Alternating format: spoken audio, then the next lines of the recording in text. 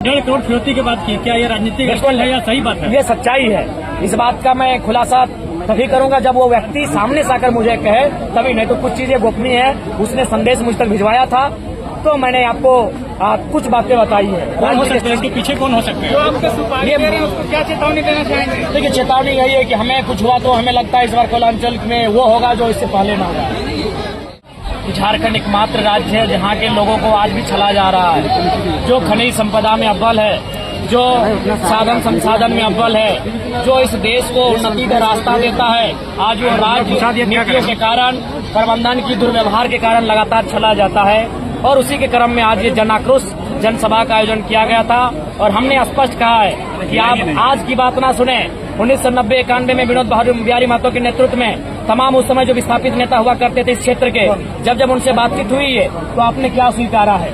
आपने रैयतों को 75% नियोजन देने की बात को स्वीकारा है। आपने उनको सुविधा देने की बात को स्वीकारा है। आपने उन्हें विशेष रूप से टेंडर में सुविधा देने की बात को स्वीकारा है। तो आप जिन बातों को आपने स्वीकारा है उन बातों को अमल करें, नहीं तो अब कोयलांचल की आग ने पकड़ ली है। और इस बार जो आग धधकेगी वो तभी बुझेगी जब रैयतों की समस्याओं का निदान होगा।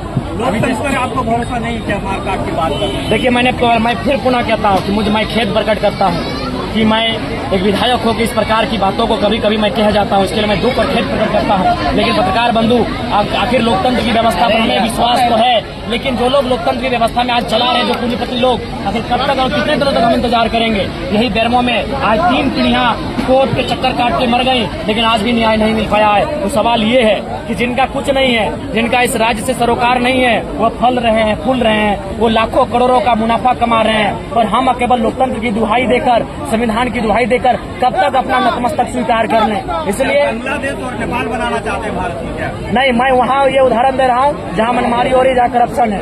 अगर करप्शन है, जहाँ मनमानी है, जहाँ गलत हो रहा है, वहाँ जनता को एकजुट होना चाहिए और प्रबंधन हो चाहे सिस्टम, उसके खिलाफ लड़ना चाहिए। 1.5 करोड़ फिरौती की बात की, क्या ये राजनीतिक है या सही बात है? ये सच्चाई है। इस बात का मैं खुलासा तभी करूंगा जब वो व्यक्ति सामने से आकर मुझे कहे, तभी। नहीं तो कुछ चीजें गोपनीय है। उसने संदेश मुझ तक भिजवाया था तो मैंने आपको कुछ बातें बताई है। कौन हो सकता है इसके पीछे? कौन हो सकते हैं? उसको क्या चेतावनी देना चाहेंगे? देखिए, चेतावनी यही है कि हमें कुछ हुआ तो हमें लगता है इस बार कोयलांचल में वो होगा जो इससे पहले न होगा। क्या लगता है, क्या अनुमान है कि कैसे लोग ऐसे चलते? जो लोग माफिया जगत में सक्रिय है, जो लोग इस मिट्टी से खनिज संपदा का दोहन कर रहे हैं, जो लाखों करोड़ों का कारोबार कर रहे हैं, तो स्वाभाविक है हमारी आवाज से, और यही नहीं कि हम सड़क में, सदन में भी बेबाकी से बातों को उठाते हैं, तो जाहिर सी बात है उनको अस्तित्व को चुनौती पहुंच रही है, उनके समाज को, उनके वर्चस्व को चुनौती मिल रही है। तो निसंदेह ये बातें होनी स्वाभाविक है। जयराम जी, जब से आपका रेल छेका, डहर छेका का जो आंदोलन हुआ, तब से आपकी पुतला दहन किया जा रहा है, आपका विरोध किया जा रहा है, उन लोगों को क्या कहेंगे? उनको यही कहेंगे कि हमारा मांग संवैधानिक है। आप अपने लिए विशेष मांग करें, आप अपने लिए विशेष रास्ता तैयार करें, एक तरीके से रास्ता तैयार करें। अगर विरोध भी करना है तरीके से करें। क्या एक चीज बताया कि जिस तरह से आपको धमकी मिली, इसकी सुरक्षा की व्यवस्था आपकी क्या है? नहीं, देखिए, हम स्पष्ट आपको कहना चाहेंगे, हम इकलौते पार्टी के विधायक है, इसलिए राज्य सरकार को हमारी सुरक्षा से जीवा कोई मतलब है ना। देश की तमाम जो वर्ग है जो सुरक्षा की जिम्मेदारी लेते हैं, तो कोई बात नहीं। हम पे जनता का आशीर्वाद है। हम जिस प्रकार आज बेबाक है, कल भी उस पर बेबाक रहेंगे।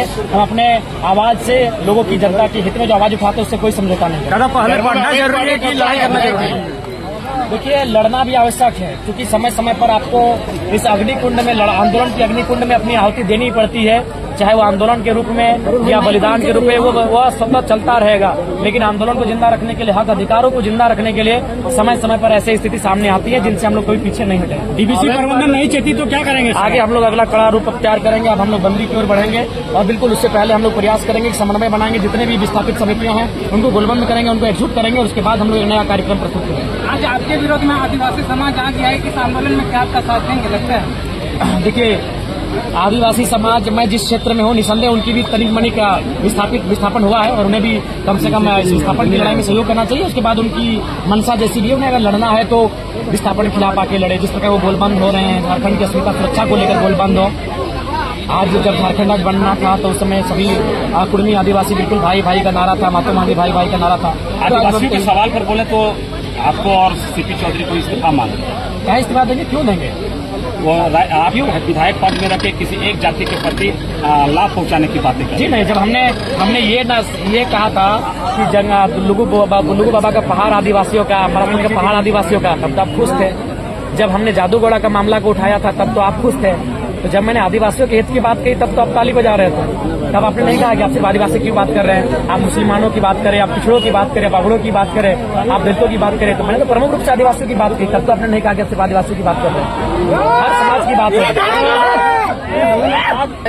बिल्कुल, ये बिल्कुल असंवैधानिक है, अनैतिक है और गैर कानूनी है। इस पर प्रबंधन को तो संज्ञान में लेना चाहिए और जो लोग अवैध रूप से बस बसाव कर रहे हैं उनके क्वार्टर को प्रबंधन को अपने कब्जे में लेना चाहिए। कोयला चोरी हो रहा है चारों तरफ, क्या बोले? देखिए, उसके लिए जनता को भी जागरूक होने की आवश्यकता है, जनता को भी और प्रशासन के साथ साथ प्रेस मीडिया के बंधुओं को, क्योंकि हमें लगता है कि वो तो रात में अंधेरे में ऐसा नहीं कि चमत्कार करके चले जाते। प्रेस मीडिया को विशेषकर योगदान देने की आवश्यकता है। जो भी कोयला चोरी हो रहा है, मुझे लगता है आज इस देश को पुनः एक बार प्रेस मीडिया की बहुत जरूरत है कि खनिज संपदानों के लूट से अगर कोई हमें बचाएगा तो प्रेस मीडिया का रोल रहेगा। प्रेस मीडिया के भाई आगे है।